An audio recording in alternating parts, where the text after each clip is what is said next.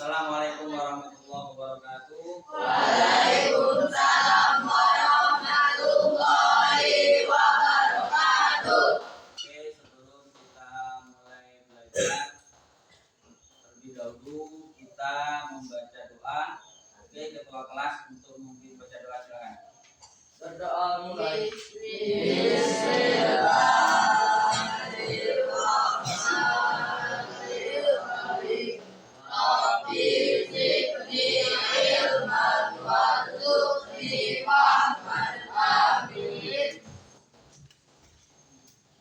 Anak bapak apa kabar semuanya? Baik. Ada yang sakit? Tidak. Nah, oke. Pada hari ini Bapak akan belajar bersama kalian di kelas 8 itu tentang materi hukum bacaan normatika. Mungkin sebelum Bapak mulai, sebelum ada sudah dengar apa itu hukum bacaan normatika, ada berapa? Ada berapa kira-kira? Yuk, hukum bacaan normatika tanwin. Ada? Pertama mana juga? Oke, lanjut. Idgham, ikhlas, ikhwan, dan idgham ada dua, idgham di lahun. Oke. Coba kan kita ini semuanya kan orang muslim. Minimal kita itu harus bisa membaca Al-Quran. Terus bagaimana caranya kita bisa membaca Al-Quran dengan baik dan benar? Caranya kita minimal harus tahu ilmunya. Apa ilmunya? Ilmu tajwid. Mungkin kamu ingin jadi tukang bengkel. Tapi tidak sekolah bingung, harus tahu ilmu sekolah dulu. Ya, sama dengan membaca Al-Quran. Kita jangan hanya asal membaca, nanti takutnya salah. Paham ya? Nanti sebelum kita mengaji itu minimal harus tahu apa ilmu tajwid. Di sini Bapak ada video tentang keutamaan belajar ilmu tajwid. Nah, boleh dilihat di sini. Ya. Coba dilihat. Lihat Anda. Nah, bagaimana didengarkan? Kemudian yang ketiga, al-imam. Nah.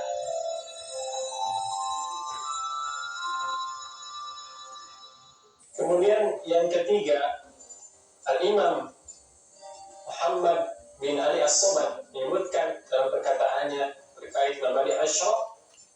Yang ketiga adalah al-thamarah. Al-thamarah itu buah atau hasil dari mempelajari ilmu tajwid atau apa manfaatnya dari mempelajari ilmu tajwid. Yang pertama adalah menjaga lahan dari membaca Al-Quran atau menjaga kesalahan dari membaca Al-Quran. Lahan terbagi dua, ada lahan jari. Oke, apa tadi yang pertama? Menjaga dari kesalahan. Lahan itu bahasa lahan artinya dari membaca dari kesalahan. Lahan itu dibagi menjadi dua. Apa saja tadi? Lahan khofi. Lahan jari yakni kesalahan yang jelas, yang terang. Kesalahan ini ketika dibaca akan menyebabkan rubahnya makna dalam bacaan. Contoh misalkan mengganti huruf dengan huruf yang lain. Alhamdu dibaca alhamdu. Yang pertama adalah hak kecil alhamdu, dan ini adalah redaksi yang benar. Kemudian qari membacanya alhamdu dengan membaca huruf hak besar alhamdu, maka ini bisa merubah makna. Dan ini merupakan kesalahan yang terang dan jelas yang bisa merubah makna. Kemudian yang Kedua, kesalahan khafi, yakni kesalahan yang tersembunyi. Kesalahan ini contoh misalkan memanjangkan harakat sebelum syukur. Contoh, inna seharusnya tapi dibaca inna, atau alif dibaca alif. Itu adalah kesalahan yang sering terjadi pada membaca Al-Quran. Dan manfaat dari mempelajari ilmu tajwid adalah menjaga dari kesalahan dalam membaca Al-Quran. Kemudian manfaat yang kedua dari mempelajari ilmu tajwid adalah menjaga keaslian Al-Quran. Sudah barang tentu ketika kita belajar ilmu tajwid, maka apa tadi yang kedua? Menjaga keaslian Al-Quran. Lagi. Dengan hukum-hukumnya, dengan kaidah-kaidahnya, otomatis bacaan Al-Quran yang disampaikan oleh malaikat Jibril alaihissalam kepada Rasulullah SAW sampai detik ini terjaga karena apa? Karena Al-Quran dipelajari dengan ilmunya, dengan metode-metode, sehingga sampai detik ini Al-Quran tetap terjaga keasliannya. Kemudian manfaat ketiga dari mempelajari ilmu tajwid adalah mendapatkan atau mencari ridho Allah Subhanahu wa taala. Dalam sebuah hadis diriwayatkan bahwa innallaha yuhibbu ay yuqra'a hadzal qur'ana kama unzila. Sesungguhnya Allah sangat menyukai seorang hamba, seorang yang ketika membaca Al-Quran itu persis atau sama sebagaimana Al-Quran itu diturunkannya. Mudah-mudahan dengan mempelajari ilmu tajwid, kemudian berupaya memperbaiki huruf demi huruf dan kaidah-kaidah yang lainnya, bisa menjadi peluang atau wasilah mendapatkan keridhaan Allah Subhanahu wa taala. Oke. Hukum bacaan nun mat sukun sama, nun sukun atau nun mat itu sama. Hanya pelafatannya. Ya. Hukum bacaan nun sukun atau tanwin. Yang pertama adalah izhar halqi.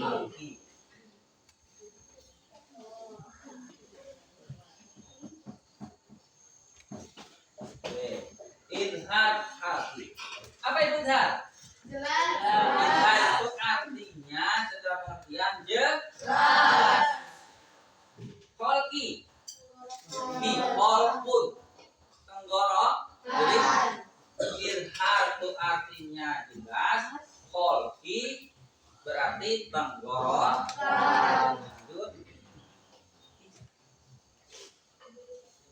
Dan apa itu izhar menurut istilah? Yo, itu mengeluarkan huruf dari tempat hurufnya atau makhraj huruf dengan jelas tanpa beda. Ini apa makhraj huruf? Tempat keluarnya huruf hijaiyah. Huruf hijaiyah ada berapa? Ada 20. Nah, itu semuanya masing-masing memiliki tempat keluar huruf sendiri-sendiri. Alif gimana, ba gimana, sampai iya. Nah, jadi di atas tadi kan kol kira tadi. Itu tenggorokan. Berarti kalau tenggorokan itu semua hurufnya ada di tenggorokan. Oke, ada yang tahu izhar? Apa? Alif, ha, ain, ha, ko. Oke, terima kasih betul. Oke, lanjut.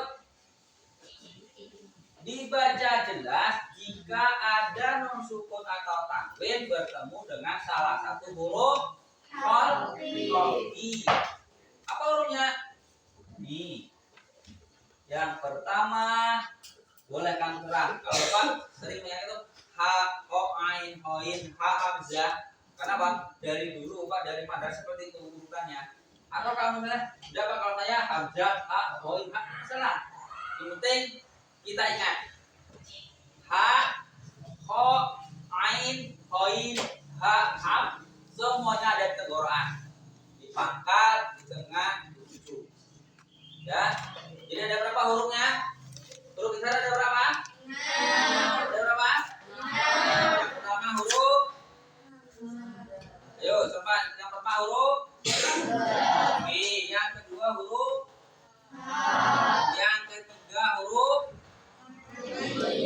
Yang keempat huruf yang kelima huruf yang keenam huruf ya. Sekarang kita langsung ke contoh supaya lebih jelas ya. Karena nanti kalau cuma hanya teori bingung.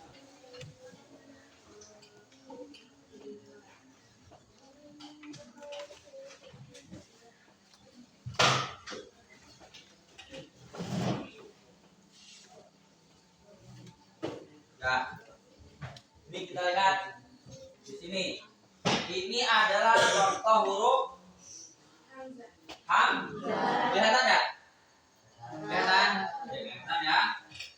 Huruf hamzah bertemu dengan huruf non sukun atau tanwin berpengaja. Tuh, di situ ada contoh, Bapak tulis. Nah, kullun amanah. Jelas? Yang mana huruf besarnya mana? Lun. Yang mana? Baik, yang mana baik? Baik. Yang mana baik? Yuk. Yang lun. Asli yang mana asli? Yang mana? Nah, oke betul nih. Berarti ini artinya. Berarti kalau ada nun sukun atau tanwin bertemu dengan huruf ha, ho, ain, oin, ha, hamzah, maka hukum baca adalah idgham. Jelas. Alasannya apa? Oke, kita lepas satu-satu, biar tidak bingung. Ini berapa huruf apa ini? Kam. Kemudian huruf lam, huruf ham, hamzah, dan huruf alif, huruf mim, kemudian huruf nun. Di sini ada domatan. Nah, ini berarti bertemu dengan salah satu huruf. Ini cara hurufnya hamzah. Nah, maka cara bacanya harus jelas. Gimana cara bacanya? Oke, kullun amanah. Ya, ini kelompok A, ini kelompok B, kelompok C dan kelompok D. Ada kelompok A, ini kelompok B, kelompok C dan kelompok D.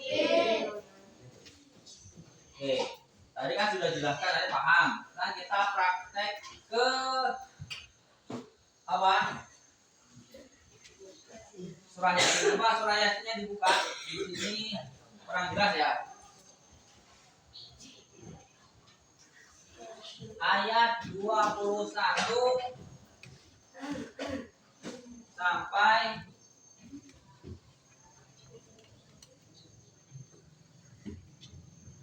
80.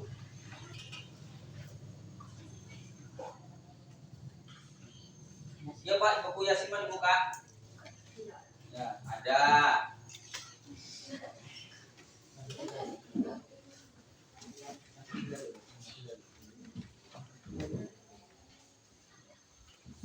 Oke, coba kamu lihat ya. Lihat dulu di Yasin kelompok A. Semuanya mencari coba halaman 11. Sudah? Nah, halaman 11 yang paling bawah 62. Kasiron. Berarti baik apa artinya baik? Kok di situ dibaca idgham? Fathah tanin bertemu dengan huruf. Oke, ya. Oke ya. Sekarang karena sudah paham di sini Bapak mau mengasih tugas per kelompok ya. Ini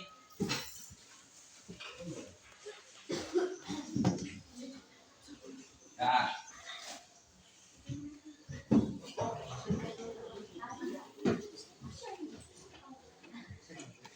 perintahnya nih kan Yasin sudah ada tuh Yasin ya. Perintahnya kelompok A. Kelompok A.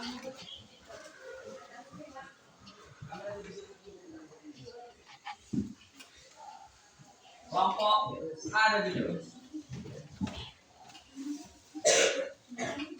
Kelompok A berarti ayat 1 sampai 10.